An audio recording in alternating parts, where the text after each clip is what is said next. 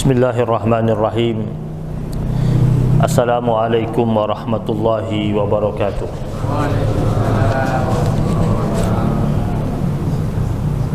Alhamdulillahi rabbil alamin.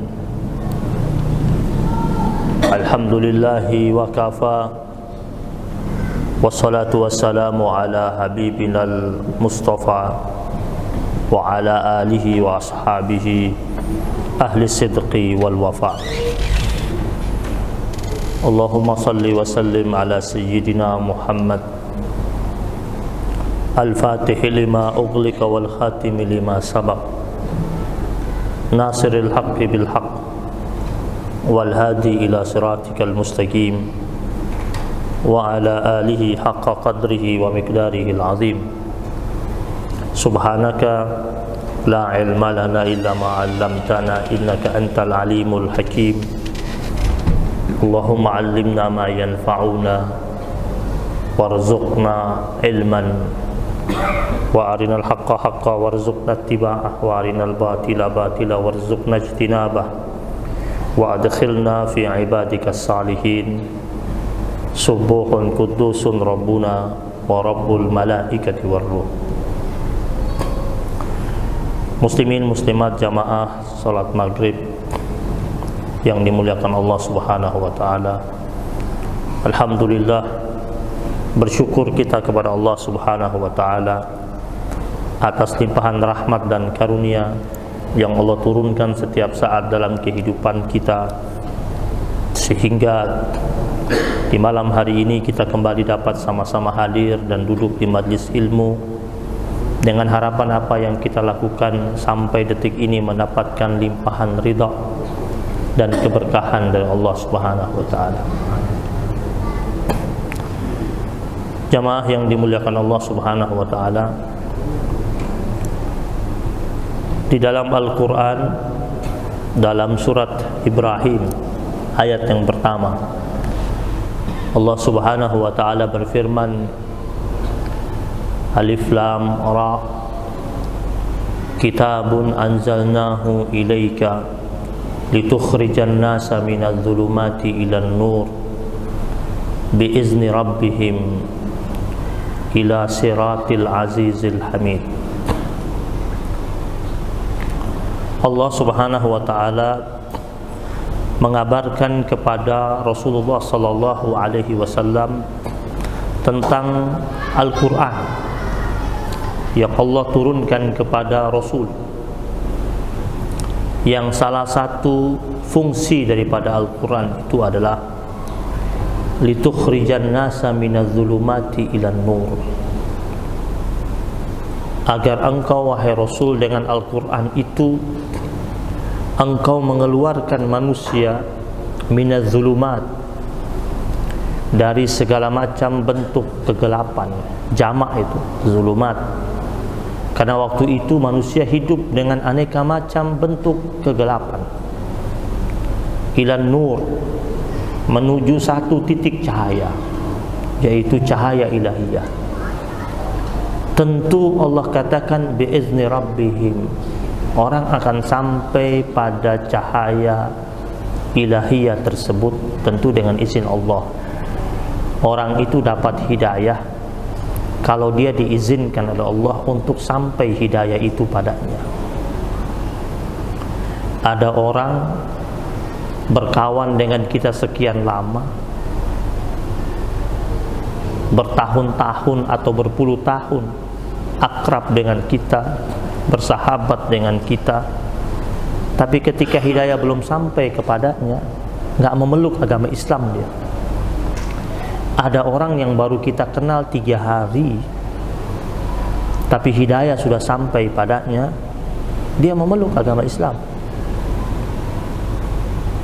Dulu ada kisah di zamannya Rasul, salah seorang sahabat Nabi namanya Abu Umamah, nama aslinya Sudai bin Ajlan, dari kabilah Al-Bahili. Abu Umamah radhiyallahu taala anhu pernah berjumpa dengan Kaisar Romawi Heraklius, dan pernah berdialog. Waktu itu Abu Umamah datang ke sana bersama salah seorang temannya. Kemudian Heraklius bertanya kepada Abu Umamah tentang Rasulullah sallallahu alaihi wasallam. Ini kaisar ini sudah dengar tentang Nabi, dan dia tahu sedikit banyak tentang Nabi dari kitab suci yang dia baca. Ya. Kemudian dia tanya lagi sama Abu Umamah, karena dia tahu ini Abu Umamah salah satu sahabat Nabi. Dia tanya tentang karakteristik Nabi.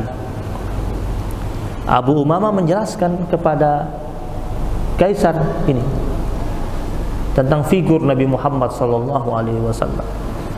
Dan yang diceritakan oleh Abu Umamah radhiyallahu taala anhu itu persis seperti yang dia tahu. Jadi seperti yang Heraklius pernah dengar sebelumnya dan pernah baca dalam kitab sucinya tentang Rasul terakhir. Karena dalam kitab-kitab Samawi, ya, dalam Taurat, dalam Injil mengkisahkan tentang Rasul pamungkas, Rasul terakhir, ciri-cirinya dan lain sebagainya. Setelah dia mendengar dari Abu Umamah, dia bilang apa sama Abu Umamah? Dia bilang, pegang dia erat-erat. Dia adalah rumah terakhir. Ini ucapan Heraklius. Terus dia mengatakan, seandainya saja aku bisa meninggalkan kerajaanku ini, kemudian datang menemuinya dan bersedia untuk menjadi budaknya, aku akan mengabdi padanya sampai akhir hayatku. Itu ucapannya Kaisar Romawi. Hanya saja aku belum bisa melakukannya. Dia mengatakan hanya saja aku belum bisa melakukannya. Jadi sebenarnya dia tahu tentang kebenaran ajarannya Nabi Muhammad sallallahu alaihi wasallam. Makanya Abu Umamah ketika dia pulang kembali ke Madinah dan berjumpa pertama kali sebelum dia jumpa dengan Rasul, dia jumpa dengan Abu Bakar As-Siddiq radhiyallahu taala anhu, dan dia berkisah tentang perjumpaannya dengan Kaisar Romawi ini. Dan setelah dia bercerita sama Abu Bakar As-Siddiq, Abu Bakar As-Siddiq menangis. Kata Abu Bakar As-Siddiq sambil berlinang air matanya, duhai kasihan orang itu, seandainya kebenaran itu sudah sampai padanya, maka dia pasti akan meninggalkan kerajaannya dan datang menemui Rasulullah sallallahu alaihi wasallam. Alangkah sayangnya ternyata kebenaran belum sampai padanya, kebaikan belum sampai padanya. Apa yang dimaksud dengan Abu Bakar As-Siddiq kebaikan itu belum sampai padanya? Hidayah belum sampai padanya. Dia tahu tentang kebenaran Nabi, tapi hidayah belum sampai padanya. Wallazi jaa bis-sidqi wa saddaqa bihi. Nabi itu adalah orang yang datang yang membawa nilai kebenaran, dan orang-orang yang mengikutinya akan membenarkan kebenaran yang dibawa oleh Rasul sallallahu alaihi wasallam. Nah, jemaah ini rahmati Allah Subhanahu wa taala.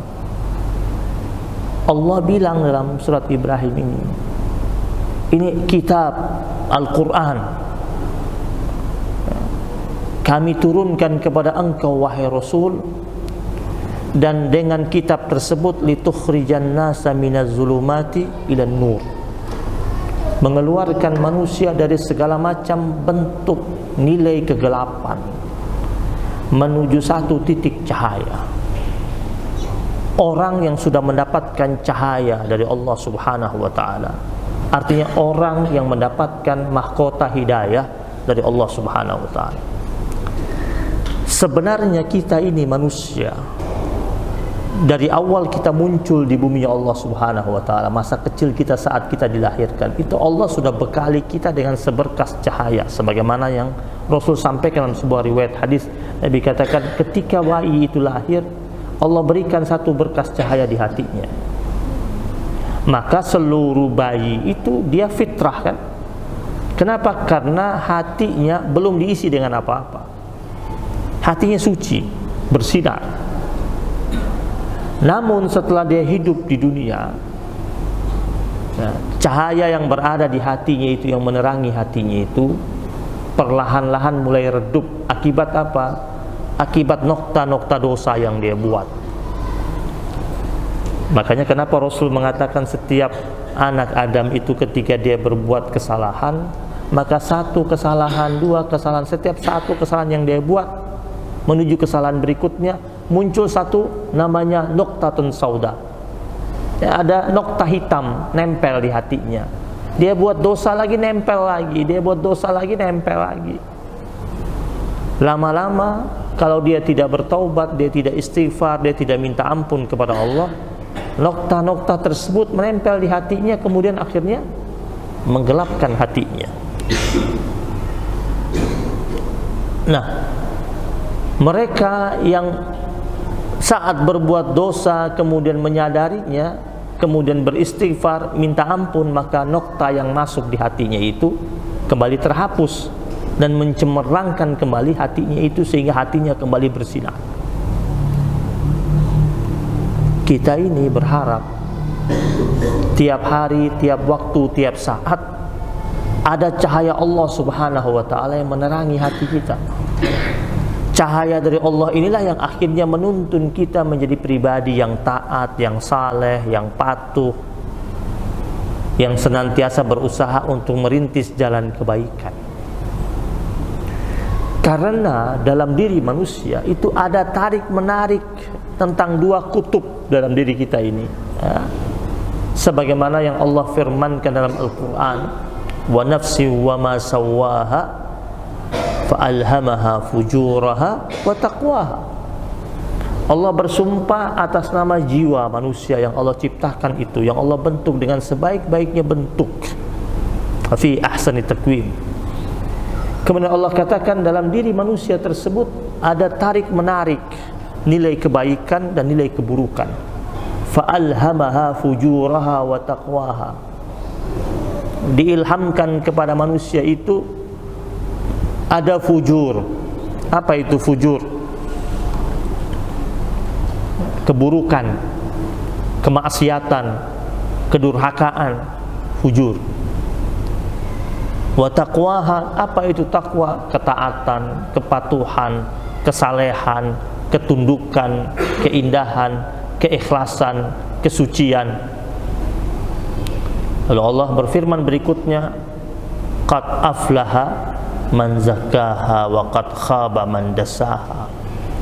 Sungguh beruntung bagi siapa saja yang mensucikan jiwanya, dan merugi bagi siapa saja yang menistakan jiwanya. Jadi Allah Subhanahu wa ta'ala bilang, kita ini dalam diri kita ini tarik-menarik antara dua ini terus setiap hari. Maka kenapa tazkiyatun nafas itu perlu, pensucian jiwa itu perlu, dan itu harus dilakukan setiap saat oleh setiap hamba-hamba Allah Subhanahu wa ta'ala agar dia bahagia. Karena Allah mengatakan qad aflaha, telah bahagia. Maka kalau dia tidak mensucikan jiwanya, dia akan berada pada kemeranaan, pada kesedihan, pada kekalutan, pada kegalauan, pada kegelisahan, dan lain sebagainya. Nah, jemaah yang dirahmati Allah Subhanahu wa ta'ala,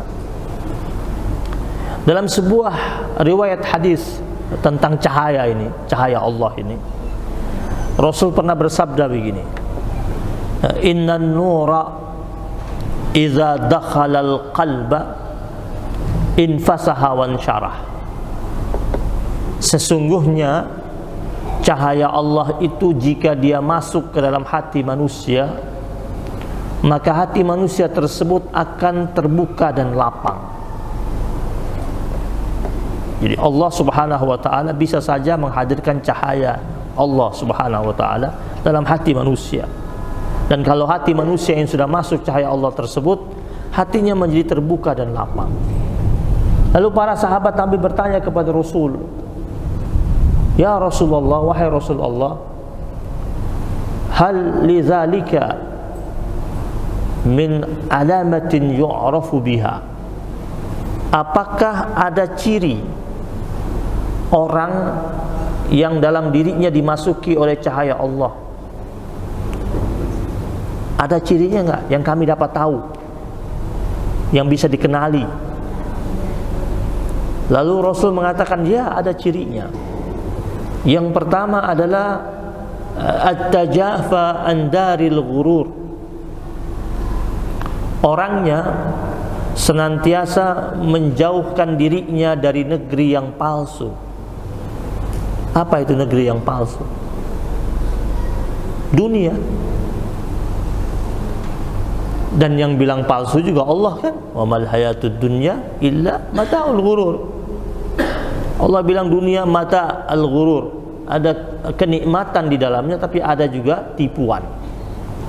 Orang kalau dia menginginkan hatinya itu terus bercahaya dan dimasuki oleh cahaya Allah, dia jaga hatinya agar tidak menjadi hamba dunia. Bukan berarti dia meninggalkan dunia. Di sini Nabi katakan at-tajafa, dia menjaga jarak. Andaril ghurur, dari negeri yang palsu. Dia tahu, dia nikmati itu dunia, tapi dia tahu ini dunia ada kenikmatan tapi ada tipuannya. Karena seluruh yang nikmat itu pasti ada tipuan.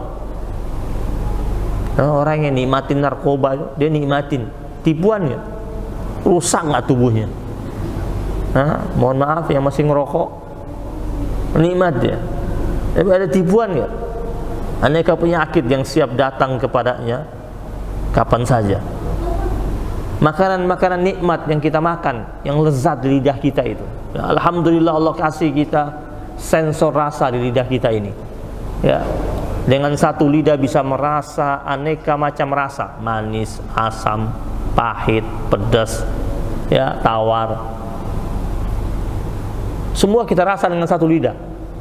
Bahkan bisa rasa dengan jarak waktu yang pendek. Kuasa Allah kan, Allah kasih buat kita ini, lidah ini. Dan kita merasakan nikmat di situ. Tapi kalau makan yang nikmat-nikmat terus, nikmat terus yang kita makan, ada penyakit ya? Ghurur, tipuan.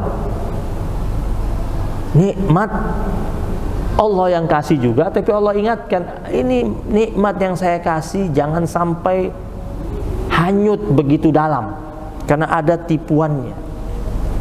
Dan orang yang cahaya Allah sudah masuk dalam dirinya, at-tajafa an daril ghurur, ya, orangnya menjauhkan dirinya dari negeri yang palsu itu, ya.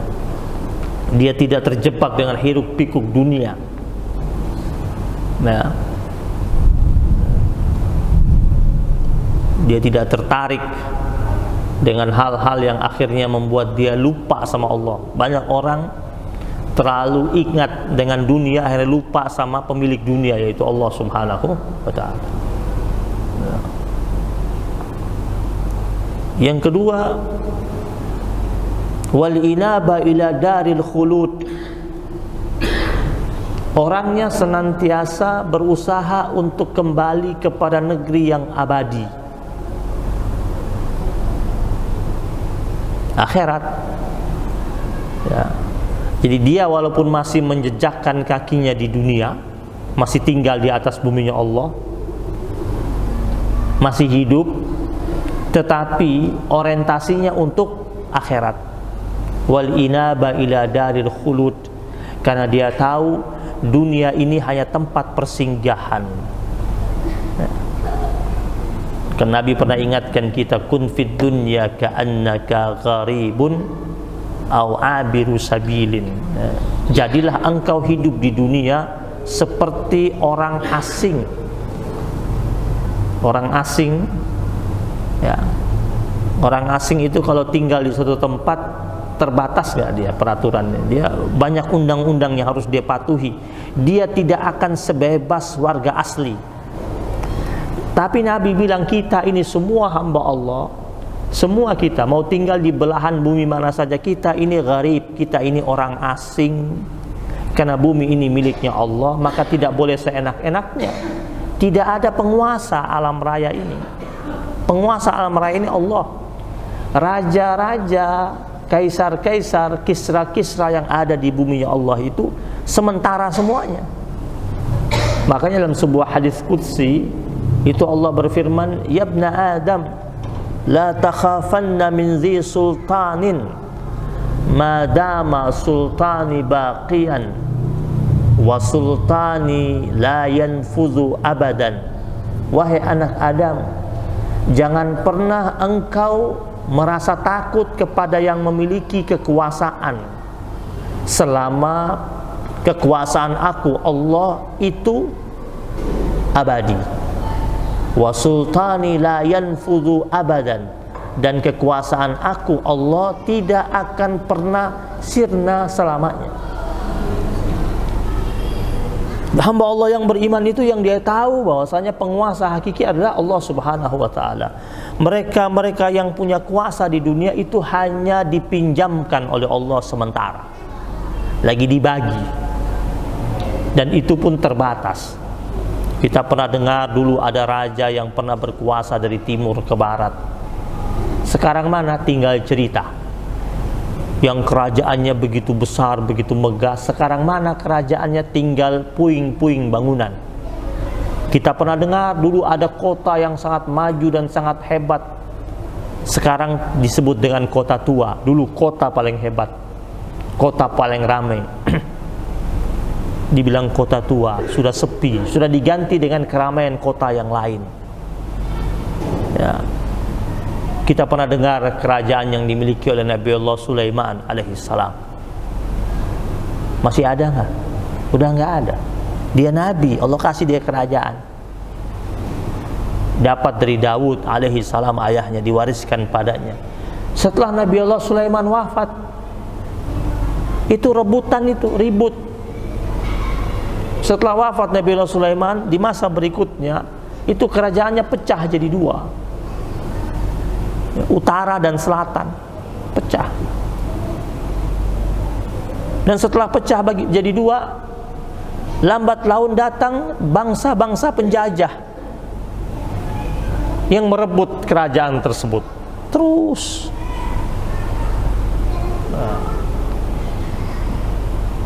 Ya ibna Adam, la takhsha min diqir rizqi. Wahai anak Adam, jangan pernah engkau merasa khawatir tentang sempitnya rezeki, kata Allah. Kenapa? Karena perbendaharaan aku itu meliputi segala sesuatu. Wa khazaini la tanfuzu abadan, dan perbendaharaan aku Allah tidak pernah sirna selamanya. Yang kasih kita rezeki ini bukan manusia, Allah. Bukan orang yang di atas kita. Orang yang di atas kita itu dia lagi jadi wakilnya Allah untuk memberikan sesuatu kepada kita. Tapi penentunya siapa? Allah. Maka Allah katakan, la takhsha, jangan pernah khawatir tentang sempitnya rezeki.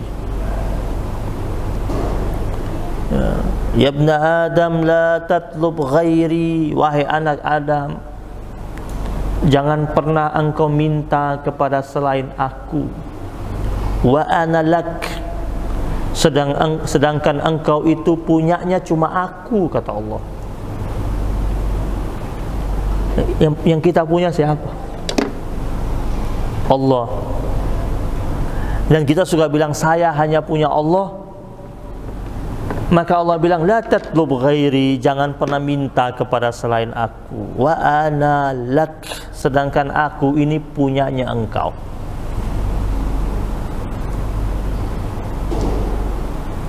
Fa in talabtani wajadtani, kata Allah.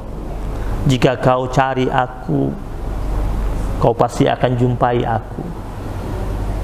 Kalau cari Allah, kau dapati aku. Tapi wa in fatani, kata Allah, sebaliknya kalau kau sampai kehilangan aku, maka engkau akan kehilangan segala macam bentuk nilai kebaikan. Iya. Kalau kehilangan Allah, kita hilang segala macam nilai kebaikan, karena Allah sumber kebaikan. Ya ibna Adam, khalaqtuka lil ibadah fala tal'ab. Wahai anak Adam, aku ciptakan engkau semata-mata untuk beribadah, jangan kau pakai buat main-main. Mari kita renungkan, selama kita ada di dunia, dengan waktu yang kita miliki, yang Allah bagi buat kita, berapa yang kita pakai dengan nuansa ibadah, berapa yang kita pakai untuk main-main, untuk ketawa, untuk rekreasi, untuk jalan-jalan, untuk hiburan. Sedangkan Allah mengatakan khalaqtuka lil ibadah, aku ciptakan engkau semata-mata untuk beribadah. Fala tal'ab, jangan kau pakai buat main-main, kata. Wa qasamtu laka rizqak fala tat'ab, dan aku Allah sudah bagi porsi rizki buatmu, dan jangan kau penatkan dirimu, kata Allah. Boleh kau cari, tapi jangan sampai ngoyo. Allah bilang, aku sudah bagi porsinya. Fala tat'ab, jangan kau penatkan dirimu. Porsi sudah ditetapkan sama Allah Subhanahu wa ta'ala. Fa in radita bima qasamtuhu lak, kalau kau ridha terhadap apa yang aku bagikan untuk dirimu, maka aku Allah Subhanahu wa ta'ala akan lapangkan hatimu dan ringankan tubuhmu. Kalau ridha, terima dengan ridha, dengan senang, dengan bahagia, hati jadi lapang. Tubuhnya ringan aja, enak aja, enteng aja. Wa kunta indi mahmudan, dan engkau menjadi hambaku yang terpuji. Wa illam tarda bima qasamtuhu lak, namun jika kau tidak ridha dengan apa yang aku bagikan buat dirimu, engkau protes, engkau merasa kurang, tidak sesuai ekspektasimu, harapanmu, gak ridha, fa wa izzati wa jalali, kata Allah, demi kemuliaanku dan keperkasaanku, la usallitanna alaika dunya, aku Allah akan bebankan dunia kepada dirimu sampai engkau terseok-seok berjalan di atasnya. Merasanya nggak cukup aja. Pernah nggak duduk sama teman yang sebenarnya rumahnya lebih besar dari kita, mobilnya lebih banyak dari kita, asetnya melimpah ruah, jabatannya lebih tinggi dari kita, penghasilan lebih besar dari kita, tapi kalau lagi duduk sama dia ceritanya susah aja. Kita dalam hati mengatakan, perasaan banyakan dia duitnya, sepertinya makmuran dia deh hidupnya, tapi kenapa kalau duduk sama dia ceritanya tentang susah. Ini lam tardah, engkau tidak ridha terhadap apa yang aku bagikan buat dirimu. Wa kunta indi mazmuman, dan engkau menjadi hambaku yang tercela, kata Allah. Dicela sama Allah. Kenapa? Karena dia protes terus terhadap apa yang sudah sampai pada dirinya. Nah jemaah ini rahmati Allah Subhanahu wa ta'ala, kita kembali tadi pada hadis yang pertama tadi, yang Nabi katakan cahaya Allah masuk pada hati manusia. Yang pertama, yaitu orangnya senantiasa menjauhkan dirinya dari negeri yang palsu. Yang kedua, orangnya senantiasa wal inaba ila daril khulud, berusaha untuk kembali kepada negeri yang abadi. Nabi pesan sama kita, kun fid dunya ka'annaka gharibun, hiduplah engkau di dunia seperti orang asing. Berarti senantiasa menjaga tata keramanya di atas bumi Allah Subhanahu wa ta'ala, etikanya. Au abiru sabilin, hidup di dunia seperti orang yang sedang menyeberangi jalan. Kata Nabi, jalan tuh diseberangin, panjang nggak sih? Nggak panjang. Coba nyebrang jalan deh, cuma sebentar kan. Nah, dunia ini seberangan, kita sedang menyeberang. Ya, kita ini adalah hamba-hamba Allah yang sedang melintas, bukan yang sedang berhenti. Dunia ini adalah perlintasan kita menuju negeri dan kampung dan abadi, yaitu akhirat. Nah, poin yang ketiga, orang yang cahaya Allah masuk ke dalam hatinya itu orangnya senantiasa wal isti'dadu lil mauti qabla nuzulil maut. Orangnya senantiasa mempersiapkan dirinya menyongsong kematian sebelum kematian itu datang menjemput diri.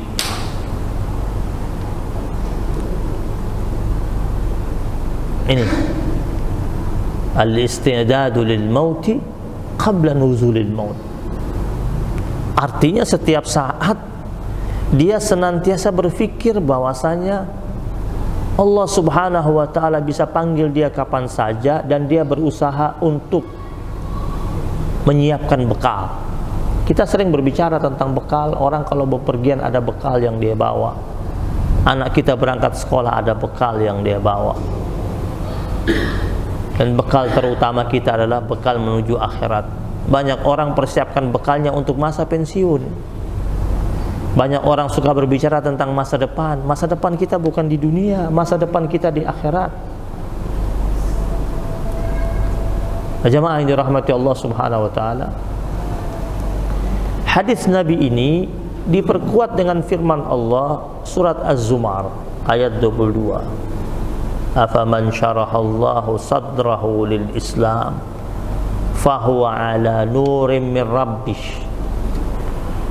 Allah menjelaskan tentang manusia yang Allah Subhanahu wa ta'ala lapangkan dadanya untuk menerima nilai-nilai Islam dalam hidupnya. Lalu kata Allah, fahuwa ala nurim min rabbih, maka dialah adalah hamba Allah yang berada di atas cahaya dari Tuhannya. Jadi berarti apa? Mau nerima dulu, mau menerima. Penerimaannya dengan ridho, ya, ridho. Makanya kita suka baca ikrar kita itu kan, raditu billahi rabban wa bil islami dinan wa bi muhammadin nabiyyan wa rasula. Itu kan ikrar kita, ya. Tetapi jangan sekedar hanya ikrar, betul-betul kita jawantahkan dalam perilaku kita. Kita mengatakan raditu billahi rabba, aku ridho, aku telah ridho Allah Subhanahu wa ta'ala sebagai Rabbku. Berarti ridho dengan segala macam bentuk ketetapan-ketetapan Allah Subhanahu wa ta'ala, peraturan-peraturan Allah Subhanahu wa ta'ala, perintah-perintah Allah Subhanahu wa ta'ala, larangan-larangan Allah Subhanahu wa ta'ala. Wabil islami dinan, ridho terhadap Islam sebagai agamanya, berarti ridho dengan segala macam bentuk syariat-syariat Islam dalam hidupnya. Tidak pilih-pilih. Apa yang menjadi nilai syariat itu dijalankan dalam kehidupannya. Wa bi Muhammadir Rasulah, dan aku ridho Nabi Muhammad sallallahu alaihi wasallam sebagai rasul utusan Allah Subhanahu wa taala. Artinya begitu ridhonya kita untuk menjadikan Nabi Muhammad sebagai rujukan utama kita. Makanya Nabi bersabda, "Zaqa ta'mal iman man radiya billahi rabban wa bil islami dinan wa bi Muhammadir rasula." Mengatakan akan merasakan lezatnya iman atau akan merasakan manisnya iman bagi siapa? Bagi orang yang ridho Allah sebagai Tuhannya, Islam sebagai agamanya, Nabi Muhammad sebagai Rasul utusan Allah Subhanahu wa ta'ala. Kalau betul-betul dia ridho dan dia praktekkan ridhonya, dia akan merasakan manisnya iman, nikmatnya iman, nikmat keislamannya, nikmat ibadahnya, nikmat dalam amal-amal saleh yang dia kerjakan. Itu Nah, jemaah yang dirahmati Allah Subhanahu wa taala, jalan menuju cahaya Allah ini tentu banyak godaan, banyak hambatan. Tidak ada rintisan jalan kebaikan yang tidak berhadapan dengan ujian dan cobaan. Ya. Tidak ada itu. Pasti, dan syaitan tetap berusaha untuk menghambat hamba-hamba Allah yang akan merintis jalan kebaikan tersebut. Maka Rasul pernah bersabda dalam sebuah riwayat hadis, ya, kata Nabi, ala innal jannata huffat bil makarih wa innan nara huffat bis syahwat. Ketahuilah bahwasanya surga itu dikepung oleh sesuatu yang tak disukai, dan neraka itu dikepung dan dikelilingi oleh sesuatu yang menggoda dan menggairahkan. Maksud Nabi adalah jalan menuju surga itu senantiasa banyak hambatannya. Ala innal jannata huffat bil makarih. Sesungguhnya surga itu dikepung oleh sesuatu yang tak disukai. Contoh, undangan datang majlis ilmu sama undangan datang ke acara konser, ramean mana?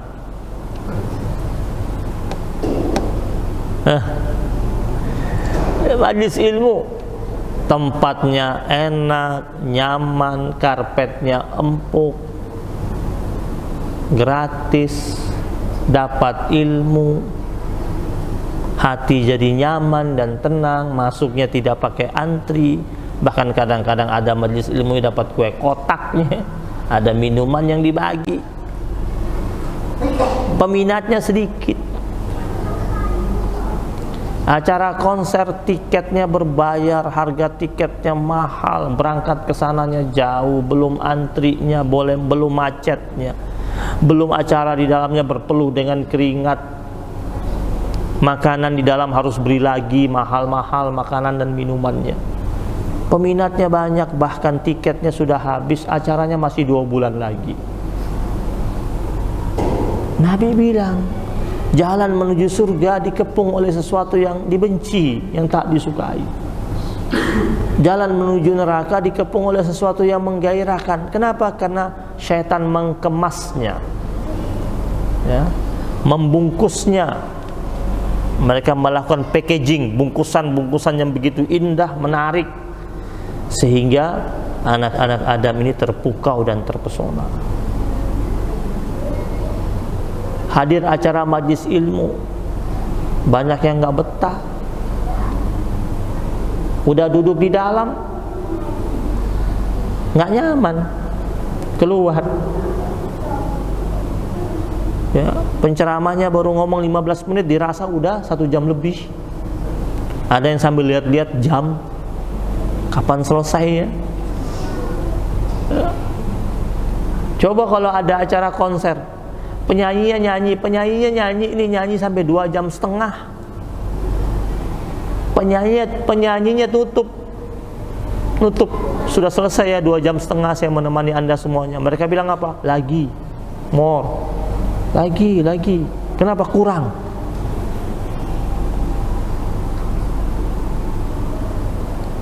Kita jadi khotib Jumat aja, coba lagi khutbah Jumat, naik di atas.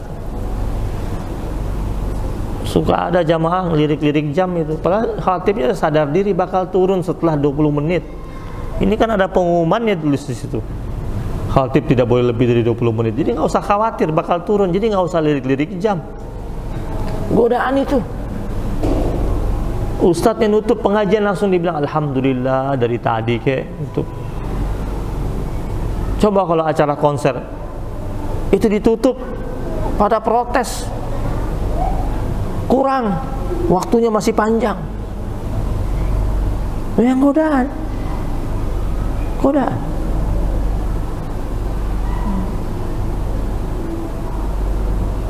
Di jalan menuju surga itu hambatannya banyak. Dan beruntunglah mereka yang mampu melewati hambatan-hambatan tersebut. dan gangguan-gangguan tersebut. Nah, jamaah yang dirahmati Allah Subhanahu wa taala, dalam sebuah hadis qudsi Allah berbicara tentang ridha ini. Allah katakan, man lam yarda biqada'i wa lam yashkur bi ni'amai wa lam yasbir bi bala'i. Barang siapa yang tidak ridha terhadap keputusanku Allah Subhanahu wa taala dan tidak bersyukur atas nikmat-nikmatku dan tidak bersabar terhadap ujian yang aku berikan buatnya, falyakhruj tahta samai, maka hendaklah orang tersebut dia keluar deh, kata Allah, dari bawah kolong langitku, wal yatlub rabban siwai, dan hendaklah dia minta saja kepada Tuhan selain aku, Allah Subhanahu wa taala. Itu kecaman dari Allah. Artinya dalam kehidupan kita ini tiga yang wajib. Yang pertama, wajib kita ridha. Yang kedua, wajib kita bersyukur. Yang ketiga, wajib kita bersabar. Itu kalau tidak ingin dapat murkanya Allah Subhanahu wa taala. Ridha itu apa? Rela, menerima dengan lapang dada, menerima dengan senang, menjalankannya dengan bahagia. Orang yang ridha itu kalau dia beribadah, ibadahnya dengan riang gembira. Itu ridha, tanda dia ridha. Tidak merasa berat. Jadi dia melaksanakannya itu dengan senang, dengan sangat bahagia. Itu artinya dia ridha. Dan ridha itu sikap. Dan ketika kita ingin mendapatkan ridha dari Allah Subhanahu wa taala, maka kita harus lebih dahulu menunjukkan sikap ridha kita kepada Allah Subhanahu wa taala. Makanya Nabi Musa alaihissalam itu pernah bertanya kepada Allah. Nabi Musa bilang begini, ya Allah, tunjukkan kepadaku amalan yang dengan amalan tersebut engkau menjadi ridha padaku. Kata Nabi Musa alaihissalam kepada Allah Subhanahu wa taala. Lalu Allah Subhanahu wa taala bilang sama Nabi Musa, tidak ada. Nabi Musa agak kaget juga, karena dia berpikir Allah ini kan minta hamba-hambanya untuk ridha kepada ketentuan Allah. Dan wajar Nabi Musa bertanya tentang amalan. Apa sih amalan yang harus saya kerjakan hingga dengan amalan tersebut engkau ya Allah ridha padaku? Ternyata Allah bilang tidak ada. Di tengah kebingungan Nabi Musa alaihissalam, lalu Allah berfirman kepadanya, wahai putra Imran, wahai Musa, maksudnya keridhaan aku Allah Subhanahu wa taala terletak pada keridhaanmu terhadap keputusanku. Artinya kita ini bisa mendapatkan ridha Allah jika kita sebagai hamba-hamba Allah ridha terhadap apa yang menjadi keputusan dan ketentuan Allah Subhanahu wa taala. Ya jamaah ini muliakan Allah Subhanahu wa taala. Tentu kita berharap kehidupan kita ini mendapatkan limpahan ridha dari Allah Subhanahu wa taala. Karena ridha ini yang paling utama sudah. Kalau dalam kehidupan kita ini tidak mendapatkan limpahan ridha dari Allah, maka semuanya sia-sia. Maka setiap hamba Allah Subhanahu wa taala, amal yang dia lakukan, ibadah yang dia kerjakan, ya, kebaikan yang dia rintis dalam hidupnya, itu adalah ikhtiarnya dia, usahanya dia. Tapi puncaknya itu dia berharap agar semua yang dia lakukan itu Allah Subhanahu wa taala meridhoinya.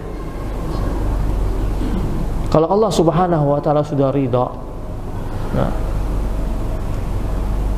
maka segala macam bentuk hal-hal buruk yang ada pada hamba Allah tersebut ditutup sama Allah Subhanahu wa taala.